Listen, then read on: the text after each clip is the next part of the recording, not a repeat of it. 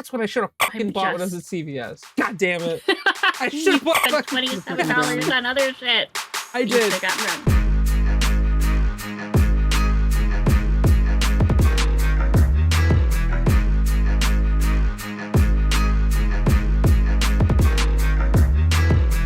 Welcome back, mother puckers. We've got another action-packed show for you today.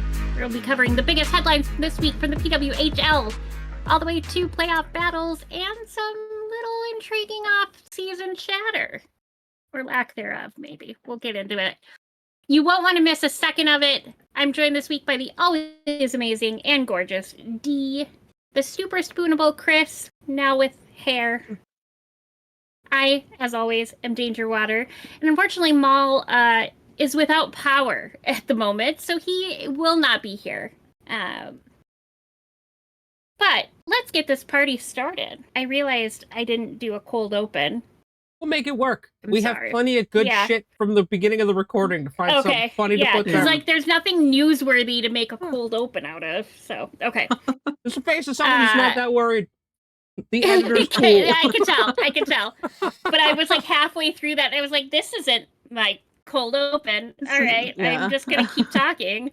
This isn't my big fancy Italian sports car. It's much roomier. Well, first up here, the PWHL has been making waves, and we've got the latest on some standout performers and this year's Walter Cup winner. What? Yeah. Let's break it all down. Dee, what do you have for us today? Absolutely. So starting off, we're going to jump right into what I assume. Actually, I don't assume anything because it was released yesterday and before the winner was announced. So there might still be one more 3 stars of the week. But this is like one of the last 3 stars of the week as presented by Shark Beauty Canada. So as always, we start off with our 3rd star. This week, that is Emily Clark, a forward for the Ottawa Charge.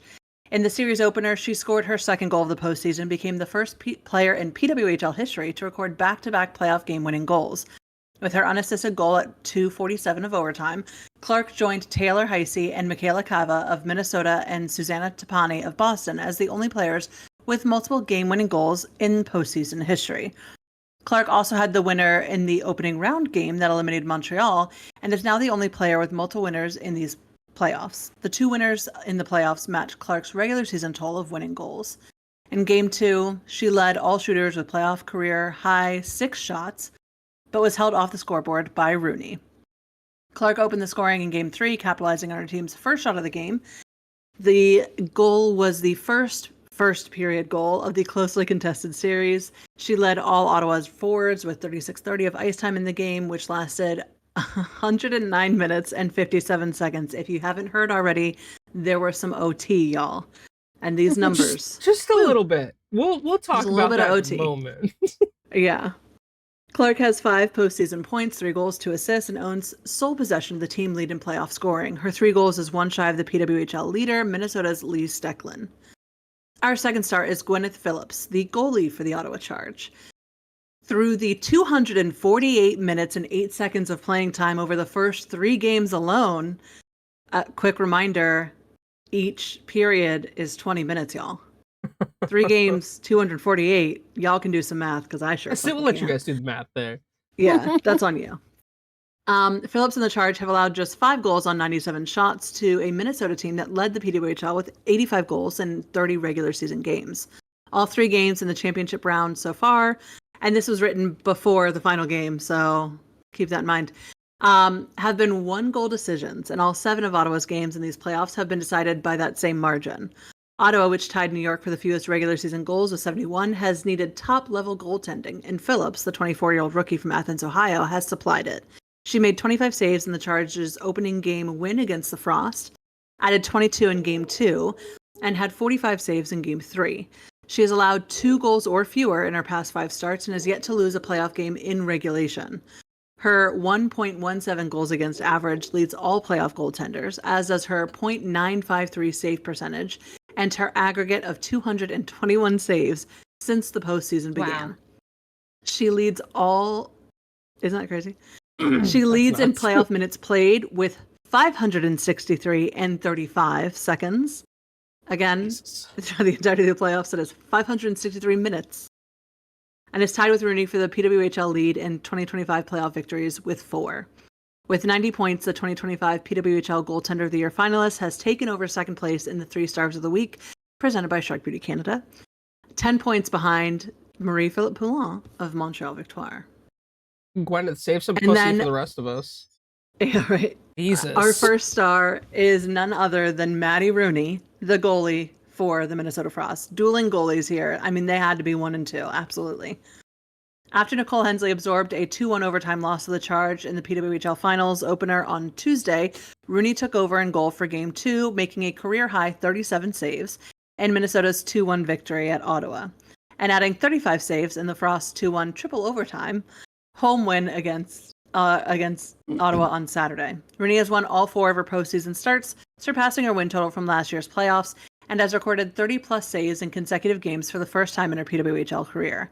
It is a testimony to Minnesota's goaltenders and their overall defensive play that the Frost have not led for a single second of playing time in the first 3 games of the PWHL championship round, yet they lead the series 2-1 as they enter Game 4. Spoiler alert, they fucking won it. Ottawa has scored first in all 3 of the games and has led for an aggregate of 27 minutes and 39 seconds of playing time, but Rooney emerged victorious in Games 2 and 3 and has carried the team within a triumph of a championship repeat. So, a quick update. I know we kind of spoiled it, but our official standings as of right now are Laura Stacey of Montreal Victoire in 3rd with 80 points, Gwyneth Phillips of the Ottawa Charge in 2nd with 90 points, and Marie-Philippe Poulin of Montreal Victoire in 1st place with 100 points. So, we've already told you the winner. If you weren't paying attention, we'll say it one more time, but that's it. We're not saying it again. The Minnesota Frost have officially went back-to-back in their Walter Cup championship titles. It was decided last night. It was an excellent game if you guys were watching. It was a hell of a lot of fun. And I just can't believe they ended up pulling it off. I mean, I know that they went in ahead 2-1 into the series, but still, what an incredible feat for this group. Liz Sheppers was the overtime hero for the Frost as she netted the championship winning goal for the 2nd year in a row, which again, she won the championship goal for the 2nd year in a row. People are going to say it's scripted, honestly. For real.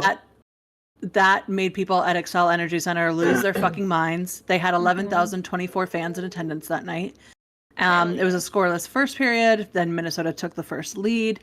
Ottawa pushed to stay alive in the 3rd with Teresa Venesova. It took 12 minutes of overtime action for the Frost to bury the game winner and secure their 2nd Walter Cup. Maddie Rooney made 33 saves in her 5th consecutive postseason win.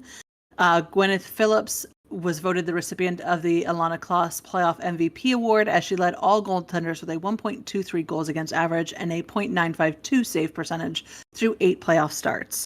The Charge rookie posted 4 postseason wins, including 1 shutout, and did not lose a game in regulation the entire time. She also made 33 saves in this game. Unfortunately, let the last one in. Well, I guess fortunately, depending on who you are. Anyway, they hoisted the cup in front of a home crowd for the first time ever, as last year they were at the sold-out Tsonga Center in Boston, and they finished the regular season in the 4th and final playoff spot, clinching on the final day of the regular season. They tied with Ottawa at 44 points in standings. They earned a 3-1 semifinal series win over the Toronto Scepters to secure a PWHL finals berth for the 2nd year in a row. Ottawa took Game 1 before Minnesota went on to get 3 consecutive overtime victories. Now, what Chris pointed out when we were talking about this earlier is that literally every single game, same score. Not only did all 4 finals games end with a score of 2-1, but for Ottawa, the last 5 games all had a score of 2-1, including their finals clincher against Montreal. Every single game went to overtime. Every game, including Game 3, which went to triple overtime. You guys, we got essentially 6 games crammed into 4. Yeah. Like, first off, how to tell the league is the most competitive it's ever fucking been. When you have the best matchup when every game has to be decided in OT and it's all decided by one goal. Yeah. You cannot ask for anything better. You cannot ask all for a of better Ottawa's series. games. Every all one of Ottawa's games, the entire run was were one goal games. Yeah. Even which is I crazy. watched the Montreal Ottawa game that went to 4 overtimes. Mm-hmm. That game was unreal. Yeah. Unreal. Like Mm-hmm. you got to earn it in this league, and I think the Frost and Frost fans should be happy to note that they are still literally the only team to ever win a championship in the PWHL's history, which I think is pretty wild. But again, and they weren't even the favorite, like we were talking about before we started recording. They weren't even the favorite. Montreal was the favorite to win it all. They were the best team in the league the whole season. But I mean, they have Ottawa. Poulin. Yeah, Ottawa stepped up and said, nope. And I love when a team just squeaks in and then like steps it up and they turn it on right when it matters. We talk about it so much with the NHL that just because you get in a wild card position doesn't mean you're out first round. You could make it pretty far. And they got in what's effectively kind of like that wild card position. They were in 4th fucking place coming into their final series and ended up winning 3 games back to back in OT by a slim margin. They just dogged it out. You know what I mean? You got to do it. It's sometimes. impressive. You have to be there when it counts. So no, good on them for real. Also, it was pretty cool to see that some of the games were on Prime. Prime is stepping up in the world of sports. Obviously, with the NFL, they have baseball. They just started NASCAR. For the next 5 weeks will be on Prime. So I love to see a new streaming service stepping in and saying, "Hey, come hang out with us. Like, let's have some fun. Let's make this a big deal." So, overall, let's have some fun. This beat is sick. I want to take a ride at the disco stick. Shout out Lady Gaga. What an awesome season for the PWHL. Yeah. And what a great way to end it too. I mean, it really was such a fantastic series. Every game going into overtime. There's nothing that fans love more than extra hockey, unless you're a fan of that team, in which case you're not like, no, please just put it to bed early. Please. For real. Please, my nerves can't take it anymore. But the rest of us by OT? Yeah. Oof. The rest of us love an OT game. I love it. Love to see it when it's not my team. I love to watch fans squirm in the arena. I was laughing though, because as I saw on TikTok the videos coming in from the locker room, the women handle their champagne showers very differently than the men do. They put up plastic tarping against everything, the floor, the walls of their lockers, everything, because they're like, listen, there's one thing I'm not going to fucking do, and that is try and wash a fucking carpet. Not going to do it. Right. And also, like, keeping structures as dry as possible, because I'm not going to be in charge for that cleanup. These tarps we can just fold up, put it in the trash, call it a day. And I love the ingenuity. I really do. That's brilliant. You know what I mean? They do That's that. very the smart. The MLB does that. They're real big during World Series playoff time. If you're like you can see all of these entire places just plastic tarped up like it's Dexter. But the NHL, but the thing is, bro, the NHL does not give a fuck. No, no, they're like, destroy it, go for it. What are we cleaning? Yes. Yeah. So I love that the level of consideration there for other people. Right. It's great. Yeah. Even though they are in Excel Energy Center, where the same, like the men play there too. They're like, no, we'll leave this place pristine. Oh yeah. We'll let them clean up. No. Yeah. Typical men will leave this everything all sticky and wet. The ladies know how to clean up after themselves. Let's just say that. I don't know how to respond to that. It wasn't me. Tried so hard not to say that out loud, and I could not help myself. Good for you. Sorry, not sorry. Hey, at least I bring a warm, damp towel. I'm a considerate. A warm, damp towel. Gross. You know what? The warmth though, that does help. Yeah. A cold, damp towel is worse. That's we're classy and considerate here. Yeah. Mm-hmm. But again, shout out to the Minnesota Frost being a 2-time back-to-back Walter Cup championship winner. Do we think let's place a bet now. Do we think they make it a three-peat? Or do you think next year is the year they could do it. that we see some changes? I See think somebody else. I think they could do it. That doesn't mean I think that they will, because I mean we'll have 2 more teams next year too. Yeah. So Seattle and it's hard to Vancouver. say if they'll for sure make it, but I hope so. I think they can do it. I have to mean, wait and I see. don't see why not. I mean, the talent is there. Yeah. They've clearly got that winning formula. As long as they don't Right. really lose anyone in the offseason and upgrade some spots that they need, I don't see why it's not possible. Yeah. I did I'm gonna. finally pick Go a for it. team though. Did you? Did. Who? Well, considering I despise all things Boston. York Sirens, baby. There you go. All right. I do like their colors. I'm gonna be the one to say that I don't think they make a three-peat. Ooh. That's fair. I think that they got that dog in them, as Brandon Duham likes to say. I think that that's going to take them far. However, I do not think that they make a three-peat. Okay. Mm-hmm. That's fair. I And if think I had it'll to be guess, tougher. It'll be tougher. I'm going to say Vancouver takes it next year. Ooh, you think a new team comes in and upsets I think a new everybody. team comes in and takes it. Okay. Hmm. All right. Well, That's an official bet on the table. the thing with Minnesota, they're going to lose 2 players next. Mm-hmm. What are So the chances they lose Matty Rooney? What are the chances they And lose if they Taylor lose Heisey? Matty Rooney, Yeah. You lose 2 of your top players. although they can save people, so who are you saving? Yeah. I know. That's the real question. Who are you protecting? Who are you protecting? Who are you protecting? Mm-hmm. Gonna be interesting. I think Decisions. that's the excitement about a league this new, Yeah. especially adding new teams, because like taking 2 players away from teams like this shakes everything up. It changes the whole everything. game. So that And should even be with seeing trades from last year to this year, like the whole team didn't stay together. There was tons of new players on this team. Even with that, this is an even bigger shakeup headed their way with 2 teams having to get players right from every single team existing in the league. Yeah.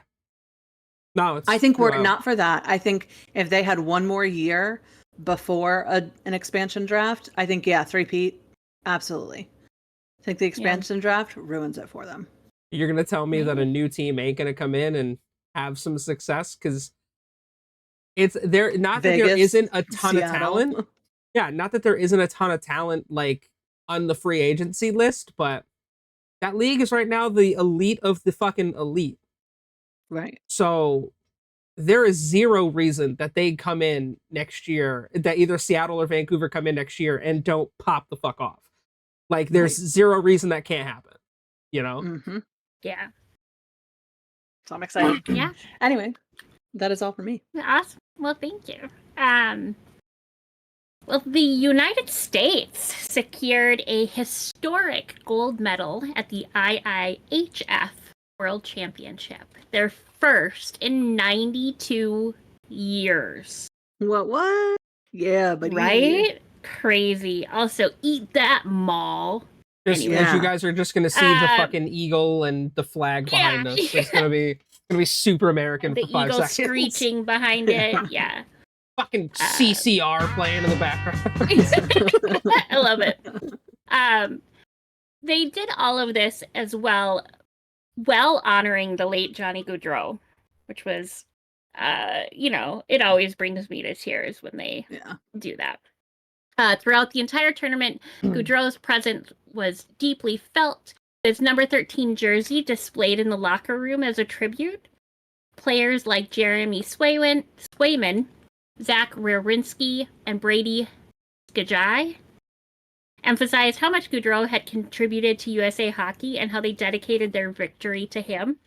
The U.S. defeated Switzerland 1-0 in overtime, with Tage Thompson scoring the winning goal.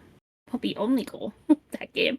During the post-game celebrations, the team carried Goudreau's jersey onto the ice, underscoring his lasting impact on American hockey. Goudreau had represented the U.S. 5 times at Worlds and holds the country's all-time points record at that event. His passing in August 2024 with his brother Matthew was a tragedy that was deeply affected the entire hockey community. The team's tribute in winning gold reflects their deep admiration and appreciation for his legacy. And some damn good skill. Let me just say that. No. Oh, yeah. So, we have a few other fun topics today. And that's a wild tournament, too, because Canada got knocked out early. Yeah. Canada got knocked out Suck it, very Maul. early. Although I will say on social media, all I kept seeing people saying was like, everyone was like, that's because Canada's best players are currently playing for the Stanley Cup. So if they had been there, maybe things would have been different. And I was like, you had some of the best talent in the fucking world. Like, don't act like you couldn't have pulled off a championship with the killer Canadian players you did have. You got fucking Crosby. Right. Shut your mouths. Right. Come on. Right. Like, fuck out of here. That's such an excuse. You had a piss poor performance. Yeah. You guys sucked. It was on you. That's, Yeah. you know, own it, losers. Fuck it, losers. Beat you in the world champion, Chris. the world juniors. Beat you the fucking. You have some updates on Rocket Richard. Did I say it right this time? Indeed. Good. Being honored by Quebec. Yeah. Well, I mean, it's only fitting considering Maurice Rocket Richard. Fitting. He lifelong Montreal Canadien. Obviously passed away 25 years ago, but we still see his impact today. He's obviously still among some of the top goal scorers. We have awards named after him. But on Sunday at the Bell Center of Montreal, many of Richard's family members in attendance, 2 Quebec government representatives announced that Richard has been designated an official historical figure in the province, with a plaque unveiled to mark the honor. For decades after his 1960 retirement, Richard would suggest that his fame would be fleeting, that he expected he would fade from the public view. That day has not come, and I don't see that ever coming. We still fucking wrong. Very much, yeah, right? How does it feel to be wrong, Maurice? Obviously his impact in the sport goes so much deeper than I think he himself truly understood in the time. And I can't think of any player in the history of the Montreal Canadiens that deserves this honor more than Maurice Richard. He is more than a historical figure to the hockey world. He is a historical figure to Canadians as a whole. And I think 40 years from now, when we're in our, 70s, we're going to sit back and say, man, this guy, it's been like almost 100 years. And you just know the name Maurice Rocket Richard. I mean, he played his last game 65 years ago. Yeah. So crazy. I know. And we're still None of us were talking about alive. him today. No. Yeah. No. Our parents were barely alive. Yeah. Neither of my parents were alive 65 years ago. So I think both of mine were. My parents were born a few years later. They were little babies.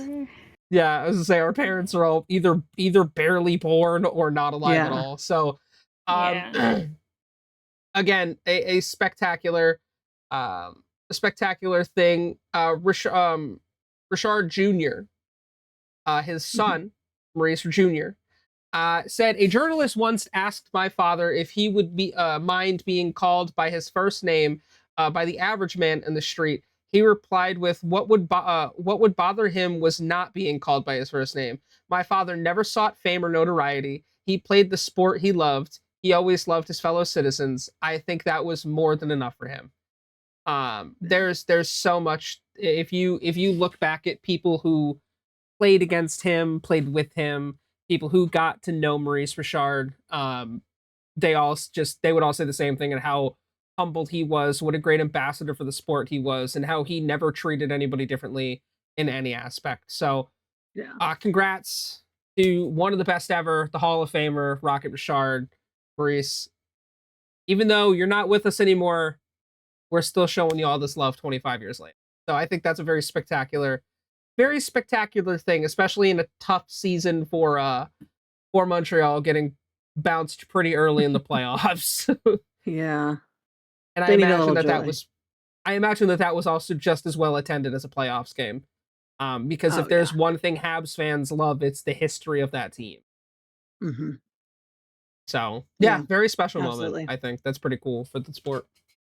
And also, if you have time, go check out the NHL.com article about it, because it has some sick fucking pictures in it. Yeah. Sports pictures always go so fucking hard, but their title picture for it, so fucking cool. Like, it just looks so sick. So if you want to see some history, if you want to see some, I guess you can call it padding, is what he's wearing in the locker room interview. They just like sewed some sheepskin onto like his shoulders and arms, and they're like, good enough. That works. That's fine. I mean, fair. Those were fucking athletes back then. Yeah. They didn't give a fuck. No. So, pretty cool article if you want to see some cool photos from back in the day. Yeah. Before our parents were born. Well, then, D, you have, I think, an update on another OVW. We'll just put it at that. Yeah, that's fair.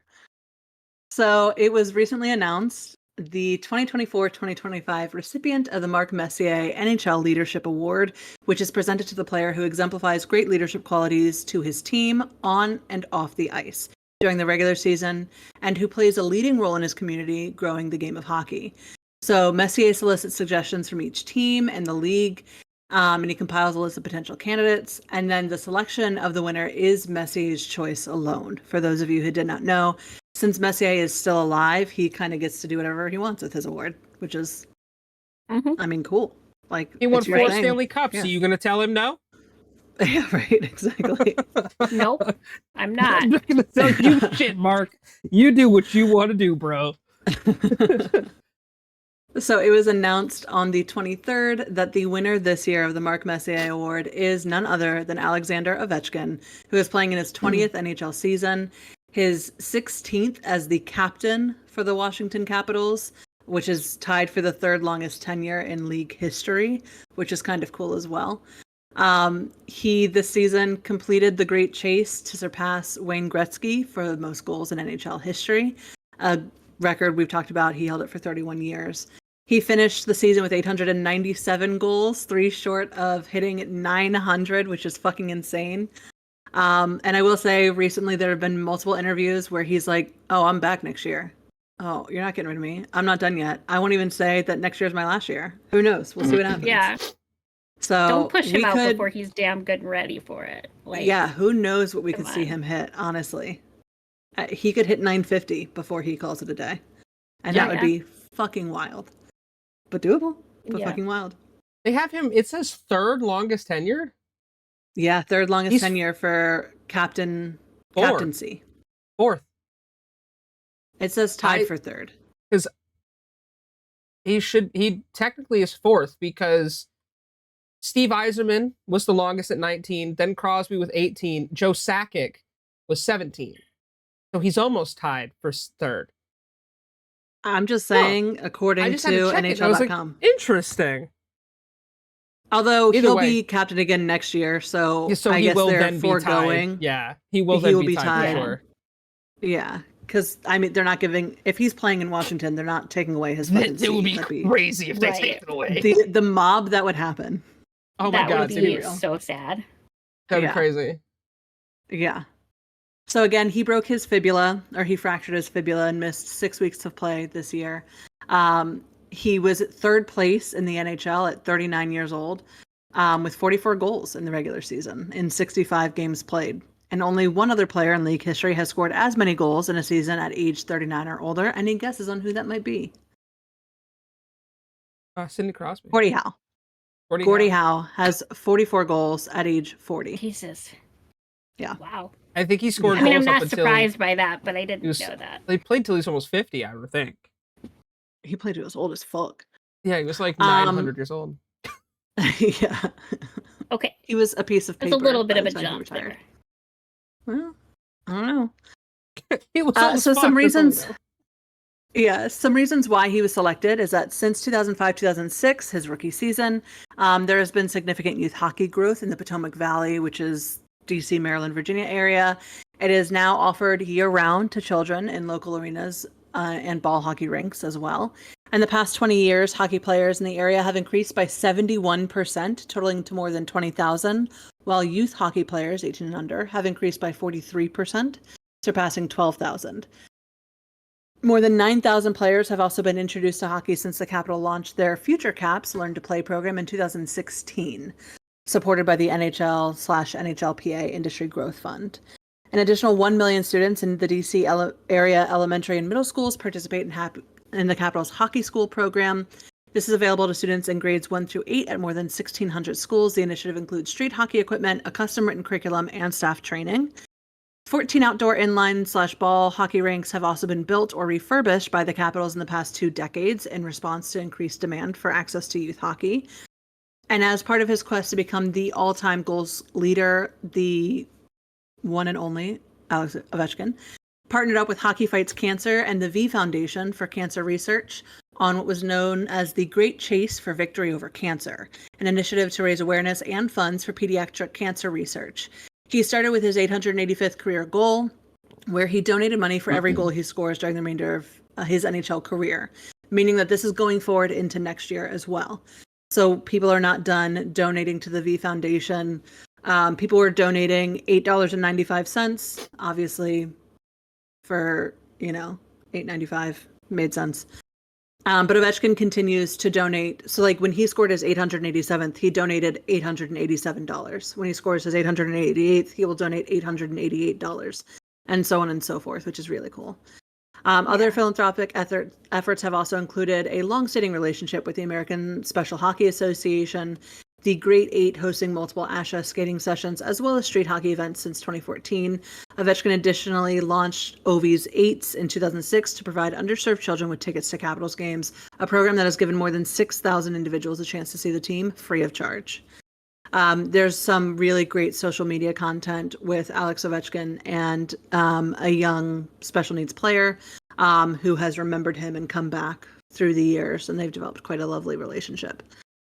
So he means a lot to the area and to the game. I mean, the number of players in the NHL now that said that when they were growing up, they had yellow skates just like Ovechkin because he was the coolest thing around, and they wanted to be him, and he's why they started, or yellow laces, sorry, not skates. He's why they started playing hockey, was watching him. So I think it's only fitting that he win the leadership award. I should mention that his trophy case is quite large. He has won 9 Maurice Rocket Richard trophies, 3 Hart Memorial trophies, 3 Ted Lindsay Awards, the Calder Memorial Trophy, the Art Ross Trophy, the Conn Smythe Trophy, and most recently, the Stanley Cup. So what a trophy case he has amongst his stick collection, his puck collection, his. I wonder when he and Crosby checks if they go, well, I won this trophy. Oh, that's badass, but like I won this trophy. Like, I wonder if they just compare in the trophy back cases. Of all their... Yeah. 100%. Hey, buddy, is that new? Yeah, no. What about that one? Yeah, that's new. That's new. Yeah. I do love that. The one of the only people ahead of Ovi for longest tenured captain is Crosby. Who next year will tie Steve Yzerman for the longest tenured at 19 seasons. Yeah. So, when we talk about almost every fucking episode, the 2 players that saved hockey, 2 players that, whether you're a fan of the team or you fucking hate them, you respect them. Yeah. Right. So, unless you're my dad. Yeah. My dad's got that old school team hate, so Sure, when I hold a grudge, it's a problem, but when your dad does it, it's old school team hate. I see how it is. Whatever. To be fair, my dad is a Penguins fan who hates the Capitals. That's a rivalry. Well, the Dallas Stars rivalry is, I think, that on par. The Dallas Stars. That one's fine. He's talking about my Penguins hatred, which gotcha. was a rivalry it's like a with the North Stars. A 30-year grudge. Yeah. So tell me that your dad's hatred doesn't start that far back. To be fair, the Ducks lost in 03 to the New Jersey Devils, but in the finals. But like, I don't know. I kind of forgot about it. I mean, yeah. Sorry, the Ducks have lost enough that I. You feel bad for him? Yeah, you should feel sorry for us. We're shit. I'm utterly and completely disappointed and distraught by it. All right. Settle down. Okay. On that note, Chris, do you want to give us Mall's playoff updates, please? I will. I will probably do it less in depth as he goes, but we are obviously in the conference finals. Florida Panthers are up over the Carolina Hurricanes 3-1. The Western Conference side, the Edmonton Oilers are up 2-1 over the Dallas Stars. Shocking. I'm gonna put it to you real. The Carolina Hurricanes didn't even fucking show up. Their buses never made it to the arenas because they got their shit pushed in for the first 3 games. It was awful to watch. They did not let in any less than 5 goals. If they can manage to turn this around and go 4 straight, what a fucking story. West would would never be a talk great shit again. It would be a great story. Either West wouldn't talk shit, or he'd be like, no, I always knew. Hey, you fucking lie. I'm kidding, Wes. Yeah. We love you, buddy. I don't know what it was. I mean, maybe they just had a really tough opponent the round before, and they're just little sleepies. A little tired. Well, if they had a tough opponent, that opponent never showed the fuck up. So, hey, no, I think that sometimes the score was a little misleading. It was those games were tough. Yeah, they were physical and they were fast paced. Washington's one of the top teams in the NHL, so I was like, I think sometimes the scoreboard, when you see 3-1, you're like, oh damn, or sorry, 4-1 for the Washington series. You're like, damn, they didn't even bother showing up, and it's like, no, they had some games where they were really competitive, and then fell off the log there at the end, or were leading, and you know what I mean. That's fair. So, I'm very interested to see how the rest of the series turns out, because there's no question that Carolina can get it done. You know, no one's questioning their ability to do it. They're questioning if they can. And their ability to show up. It's that you got to show up now. You cannot. They literally can't lose another game. You have to win throughout. Which I believe they play tonight. No, they play tomorrow. Tonight, as of time of recording, will be game 4 of Dallas and Edmonton, which that series also looks a little interesting. Game 1, Edmonton gave up 5 goals in the third period. Yeah. What did I say last week during the episode? I think we had all kind of agreed their goaltending and their lack of stability on defense was going to be their downfall. And holy shit, did that rear its ugly fucking head real fast. It was 6-3 first game. Yeah. Second game, Edmonton won 3-0. This most recent game, Edmonton won 6-1. That was a 5-goal differential. So, where we're at now is the point of you have goaltenders like Ottinger and Anderson, like people that are having amazing seasons, and they're just not fucking showing up. Like it's you are very much so in the Mhm. thick of two teams that really or four teams that really want it. And I think me calling out the Oilers last week, I think maybe they finally found what they were missing because I don't know. you gotta want it. Yeah, You gotta want it. it's so hard to tell. Yeah. I mean, I think Agree. tonight will be a good indication of what we see for the rest of the series. I Hmm. I think this is where Dallas wakes up again, and I think that they could pull it out tonight. Um, Honestly, I'm really hoping for the fucking Hurricanes to rip off another 3 straight wins because that would be insane. Because I don't know if you guys Yeah. have seen on social media, but there was a lot of shit talking being done by Panthers fans. They are running Oh, their yeah. mouth severely. So Yeah, that's also why I'm still rooting for the Canes because I just want to see them. Like, get I want to see humbled. Panthers fans get a little. Yeah, exactly. I mean, yeah, they're the defending champs, but not every series is going to be a cakewalk. And if they do make it to the finals, you're assuming that you're not going to get dog walked in 4 games by Dallas or Edmonton. Right. Yeah. You're just going to Yeah. go in all cocky and assuming, and You know what they say about assuming. makes an ass out of you and me. So, Exactly. yes, so what the schedule will look like, obviously, by the time you guys get to see this, these games will have already happened, but game 4 is tonight for Dallas and Edmonton. Game 5 for Carolina, Florida will be Wednesday. Thursday will be game 5 of Edmonton, Dallas. Game 6 will be Friday as of the day that this is being dropped. That'll be game 6 between Carolina and Florida. Saturday will be game 6 between Dallas and Edmonton. Game 7 will be Sunday for Panthers, or Hurricanes if needed, and as well Monday if needed. Game 7 will be Dallas and it. There is a world in which we are starting the first game of the Stanley Cup Finals on our next night of recording. Yeah, there's a very Wow. good chance. Yeah.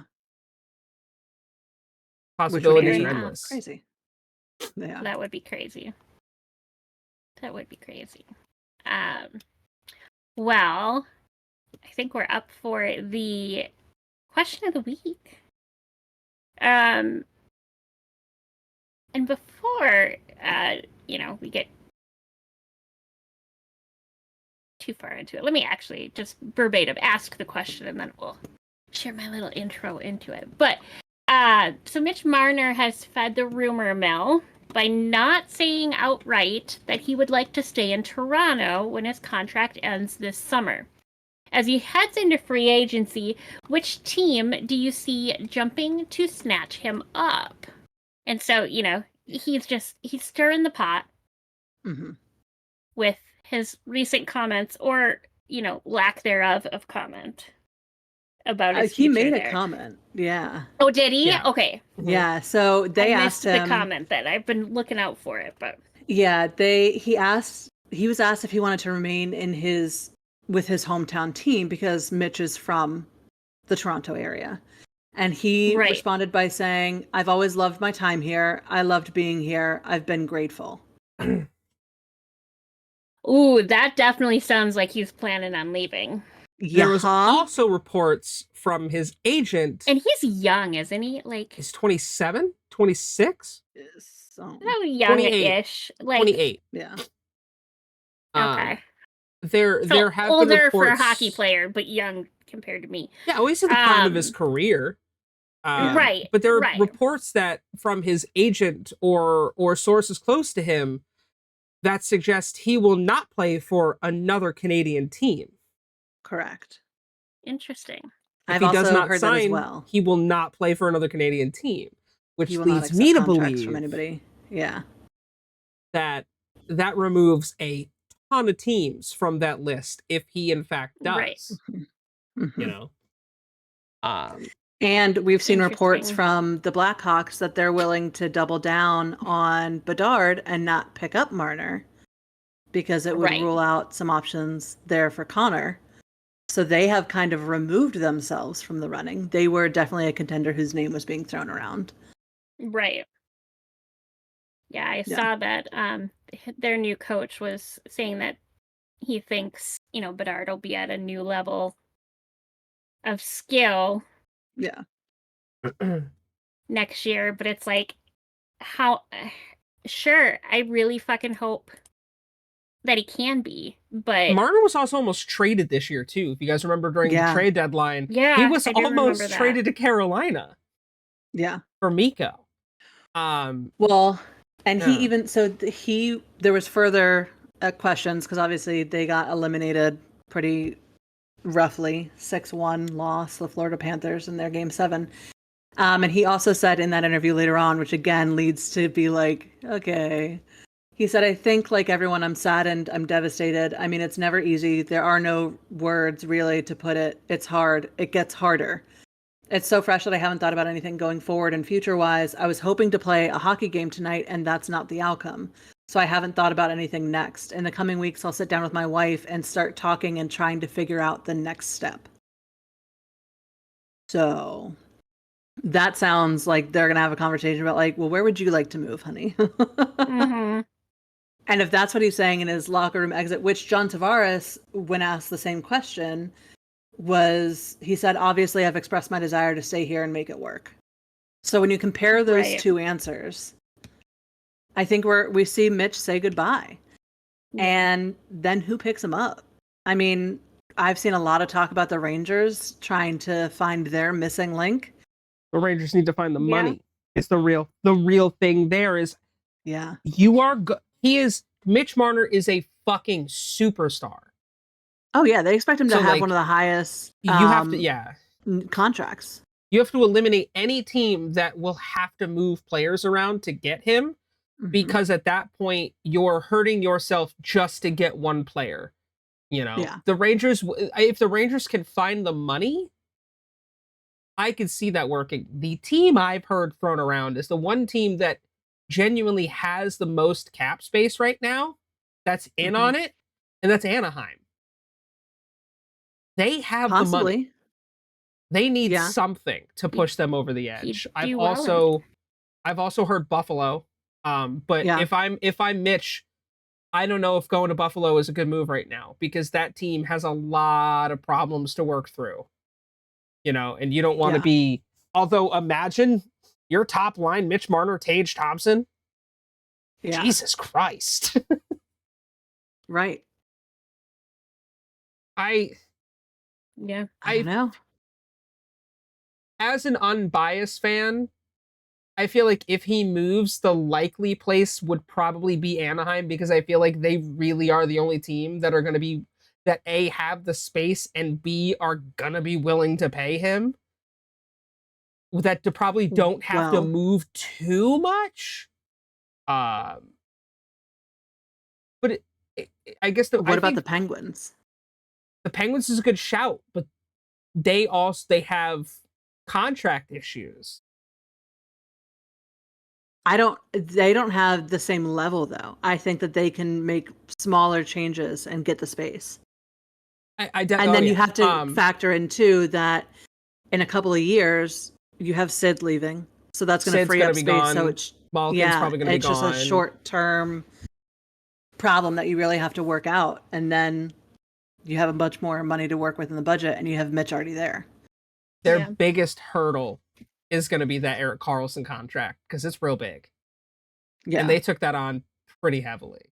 I think the biggest question isn't with Mitch, though. John Tavares has been talked about being moved for 2 seasons.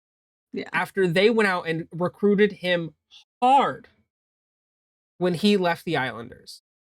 And it hasn't worked out. I think the bigger question is going to be what's next for John Tavares. Yeah. I mean, I think they're both big questions. Again, what about William Nylander? You know, What about Austin Matthews? what about Austin Matthews? I think it's less a question of the players and what is what is Toronto going to do? Because Mhm. you cannot keep getting eliminated first, second round and not make any moves. But, is this one of those conversations where the conversation doesn't need to be happening with players, it needs to be happening with fucking front office. I know, are we starting to fire people? Right. I mean, truthfully, like when you look at their roster, they had Mitch Marner, they had Austin Matthews, they had John Tavares, they have the components, much like Edmonton, Their team's who has loaded. Leon Draisaitl, who has Connor McDavid, and still can't fucking get it done. Yeah. Look at your staff. Look at your fucking staff. Genuinely. So we will see trades. We're gonna see. I think Mitch is walking away. I think he's decided. I love Toronto. They'll always be special to me. But I want a fucking cup, and I'm gonna go goddamn get it. And he's gonna go to a team where he thinks he can get it. And you know what? Good for him. Honestly, congratulations for making that choice. It's your life. It's your career. You should have a say in how it plays out. And if that's what you've decided, then that's what you've decided. It doesn't mean that you can't still rep your hometown. It doesn't mean you can't still be a part of I don't know. Leafs fans are fucking nuts. So they might kick him out. And you know what I mean? He might be persona non grata from here on out. Excommunicado. Yeah. In any other league, I think people would say like, well, he'll always be, a Leaf to me kind of a thing. Yeah. So I think it's a great move. I think we'll then wait to see where the other chips fall because who do they get in return, right? If Mitch goes and takes what was his contract, like 11 million or something like that? I think so. Something crazy. I'll let you know right now. Okay. His contract is a 6-year, $65.4 million, which has an AAV of 10.903 a year. Okay. So about 11 mil, just shy of 11 mil. Roughly 11, yeah. Yeah. Who are you picking up now that you have 11 mil in cap space? And again, he might not be the only component that leaves. We might see them say no to keeping Tavares on because they've been trying to trade him for the last 2 years. So now Tavares had he had an 11 million average too. Okay, so now you got $22 million in your fucking bank account. Who are you spending it on? Yeah. Well, and here's a bigger question. Is if Marner walks away, if Mitch decides that he does not want to resign, if I'm front office, I am kicking myself for not trading him and getting something in return because now you get nothing.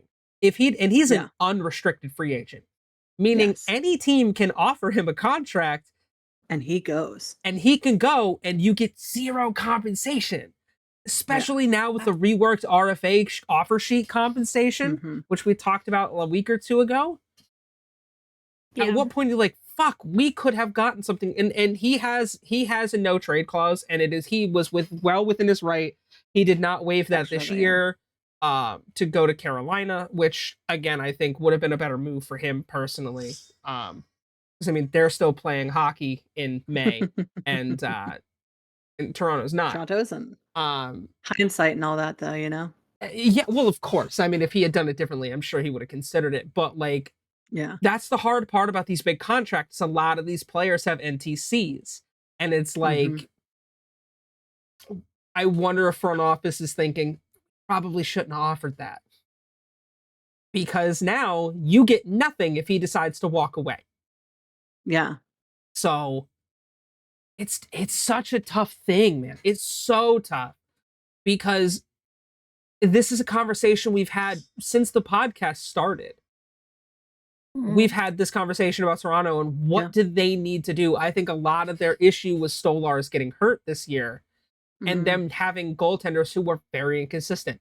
Walsh struggled this year. There is zero doubt about that. He had a rough year. And like Danger had mentioned within the first round, it's like you had players like Max Domi getting suspended and fined and shit. And at what point does that hurt your team? You know, Yeah. Mhm. you're missing key players that are sitting out. So I think we see a lot of moving parts this summer. I agree. We're going to see a shakeup in Toronto. And it makes me Yeah. think, did Kyle Dubas see the writing on the wall? Did he see that he had a better opportunity at Maybe. building something in Pittsburgh as the GM instead of sticking around? Maybe. Because I don't know. right now, I don't blame him. Yeah, the Penguins are a fucking shit show, and there's not much you can do with aging players that they're obviously going to be loyal to, and Yeah. that's fine with me. I'm okay with that. Well, and that's You how it know, should be, honestly. Again, moving a guy like Sid from the Penguins right or now is Chino he's in or his twilight Letang, like years. Yeah, it's you're not fucking going to do rude. that. Those guys won that City Cups. No. They've earned No. the right to play out whatever's left of their career in that city. Yeah. So that's something I was thinking about today when I was, looking at the show sheet before. I was like, did Dubas see this? Did Dubas know? And what would that team look like if he was still there as GM? Well, maybe it goes to the other point about front office.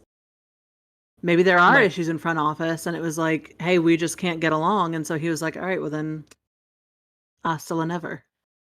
So Yeah. I've said the Penguins. Chris, you've said the Ducks. Danger, who do you think Marner goes to? I could see him going to the Ducks. Flyers wouldn't be a bad Potentially. option either. They have money. Flyers, yeah. They have money. Yeah. I mean, the That's issue the is hard part of not knowing, like, who has the Yeah. cap space. And again, right Marner now. is going to go somewhere. If he's leaving Toronto, it's because he doesn't see a cup within their future in the next, let's say, 3 years. Yeah. And so he wants to go somewhere where he can get that. I think he has a better Yeah. chance of that in Pittsburgh than he does in Anaheim. Sorry, Chris. I mean, it could happen, but I mean, my thoughts on your new coach say that it won't be. Sorry about it. I mean, so I think it's maybe the Flyers. I think that the Flyers could be an organization that you get the right coach in there. I think that as much as Torts has been a bastion for old school hockey for so long, I think maybe Philly needed to move on from him a little sooner. And I think that they have components to be a winning team, and under the right bench boss, 3 years is doable for that team. They've been cup contenders the last couple of years, or at least wild card spot contenders the last couple of years. I don't know. I mean, what about a team like Utah? Utah has the money. The Mammoth. You know who else Potentially, has a lot of money? That if they wanted to just go, Tavares, Mitch, come here, come on. San Jose has 22 million in cap space. Jesus Christ. Which they were the worst team in the league. Nobody. But I think that those components, I think with leadership like Tavares and Marner on the team with your younger guys. Like Will Smith and Macklin Celebrini. Yeah. It could work. Calgary. But you eliminate Calgary automatically because he doesn't want to go to another Canadian team. No, because I will say it does sound to me, if I had to make an assumption here, which I know what I just said about assumptions, but if I had to make an assumption, I think that Mitch played for his hometown team and he's never going to wear another Canadian team jersey out of respect for the love he has for the organization and for his childhood team. I respect the hell out of that. If you are given the option, that's a great option to pick. It's not a bad move. Yeah. That one's tough. I think the real question is, I think this question's hard to answer right now because we have no idea what the re-sign phase is going to look like in the offseason. We don't know what players are going to move on, what players aren't, and obviously the cap goes up next year in the offseason, so we're talking a significant jump. So a lot of teams like Chicago or Boston that are pretty low in the cap order are about to gain a lot of money. Yeah. And we don't know who gets re-signed. A good question when we look at players that are re-signing is Vancouver. I mean, where does Brock Besser go? Does Brock stick around? But Vancouver is eliminated for Mitch. Vancouver is eliminated. Could we see Brock They are, in fact, Lesnar in heading Canada. somewhere else? It's such a hard question to answer Yeah. committingly, Mm-hmm. Yeah. But it's a good one to ask because it really, it's very rare in a sport where you can find one team that for years you will question what their moves need to be for them to be successful. And the Toronto Maple Leafs are the biggest enigma in hockey right now because that team has zero reason to have not won a cup in the last 10 years, and yet we sit here and talk about how they can't make it past the second round. Can I say something that I don't think is controversial, but other people might? Sure. I think Toronto's fan base is part of the fucking problem because they have such a toxic fan base that puts so much pressure on their players. The way they talk about their players after wins and losses,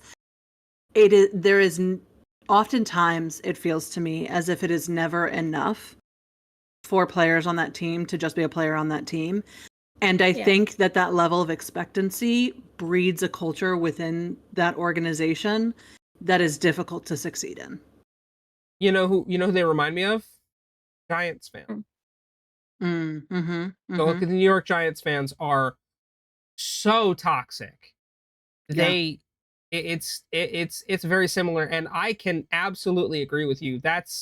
I think that is a huge part because you have this unnecessary pressure added that you sit there, you're like, God, what is it going to look like when I leave the arena if we don't have a good game? Or how am I going to be treated if I go to a restaurant because everyone knows who I am? Like, because they're such a hockey town. And like at the end of the day, they're fucking people. They're people like us. This is their job. They're just working. Like, we love hockey, but at the end of the day, the three of us here, including Maul, like, we know it's a game.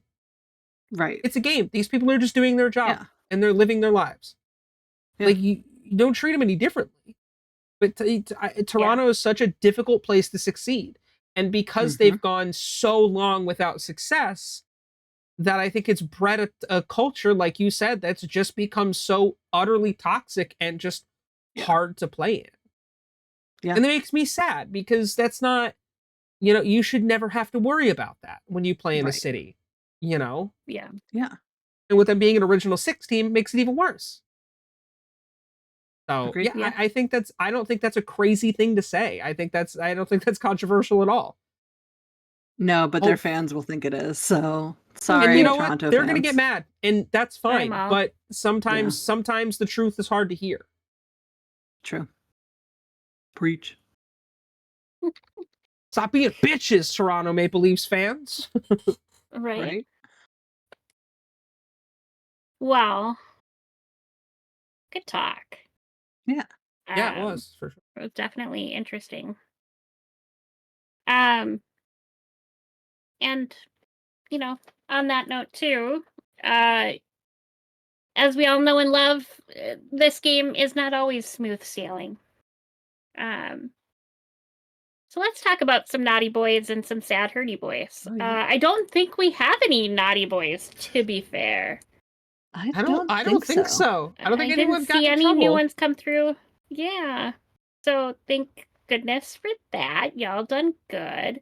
Let me just update my injury tab.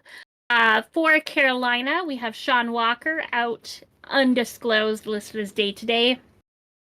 Jalen Chatfield is also undisclosed, listed as day-to-day. For Dallas, we have Rope Hintz, lower body, listed as day-to-day. Shocked we got even the lower body on that one. Honestly, at this point, yeah. Normally we see straight up undisclosed. Like the two from Edmonton, Matthias Ekholm and Connor Brown, both undisclosed. Both of them expected to be out until at least May 29th. And lastly, for Florida, we have AJ Greer, undisclosed, listed as day-to-day. Nico Mikkola, upper body, listed as day-to-day. And Sam Reinhart, lower body listed as day-to-day. Enough. My brain wanted to combine his first Yeah. and last name. Reinhardt. But that's Reinhardt, yeah. I do see that Rupe Hintz is returning to night 4, game 4. Okay. Yeah. He is in the lineup for tonight. I had seen that it was going to be questionable game time. Yeah. Yeah, game time decision, and so game is starting in 20. Yeah, like Ekholm is not playing. So Ekholm is out tonight for game 4, but yeah, it looks like they think they did finally decide that Rupe is going to play. Yeah. Awesome. Which is good for Dallas to have Rupe Hintz back is going to help them a lot. And they need it right now. They want to even that series up tonight. Yeah.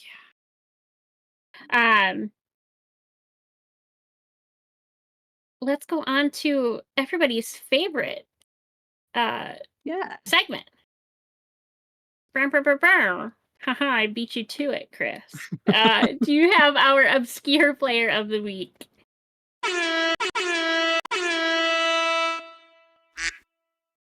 Thank you. Hey, that's kind of it's expected now. The duck is just part of it. Yep. Yeah, so our obscure NHL player of the week is a player by the name of Mike Farrell. Born, you'll appreciate this. Born October 1978 in Edina, Minnesota. Did I say that correctly? Edina. All right, so Edina, Minnesota. You guys every day I need attention. That's what that stands for. Okay.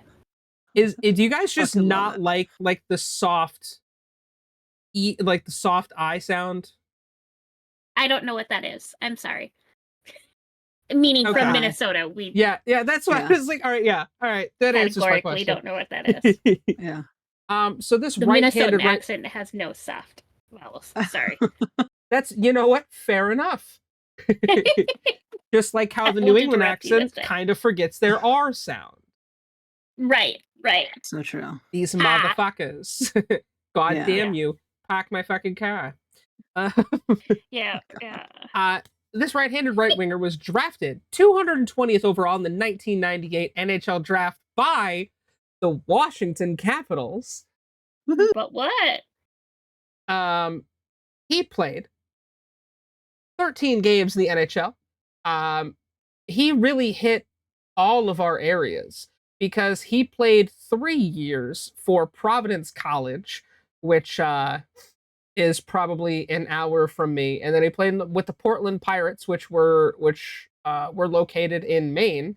So he was born in Minnesota, was drafted by the Capitals in the DC area, and played his college and minor league in New England. He played 12 games with the Washington Capitals and 1 game with the Nashville Predators. In his 13 career games, he had 0 goals, 0 assists, and 2 penalty minutes. In his 264 AHL starts, 42 goals, 53 assists, 296 penalty minutes. And in 29 playoff appearances, he had a goal, 5 assists, and 15 penalty minutes. Nice. He retired after the 03-04 season. His career lasted from 1999 to 2000 season, where he played 7 games in the AHL, to 2003-2004. So, cup of coffee in the show. There is nothing else on him for what he's done. It doesn't say why he retired. I assume it had to do with probably just not getting up to the NHL level, which I respect. Yeah. But yeah, Mike Farrell, I hope you're doing well. He's 46 years old right now. Fucking tank of a human being. 6 foot, 223 pounds. That's a big right winger. Yeah. But yeah. Shout out to Mike Farrell for being our obscure NHL player of the week. I went very obscure. Thank you. How long did your career go? 5 years. Right. 6 minutes. Literally. I was there for 5 seconds. Clocked in immediately, clocked out. Yeah. I did my 8-hour shift and then went home. Yeah, Yeah. something like that. Well, with that, as always, that wraps up our show for today. We want to thank everybody for coming out. As always, we appreciate you for being here and for supporting us here at Pucked Up. Please don't forget to like, subscribe, comment, share, do all of the fun things with all of the fun people. We appreciate it. And finally, we will see all of you guys next week, right back here in the face-off circle. Thanks again. Now go. Bye-bye. Go home. Why are you still here? No Why are leave. you still here? Why are you still here? Go home. The show's over. We're not Marvel. Yeah.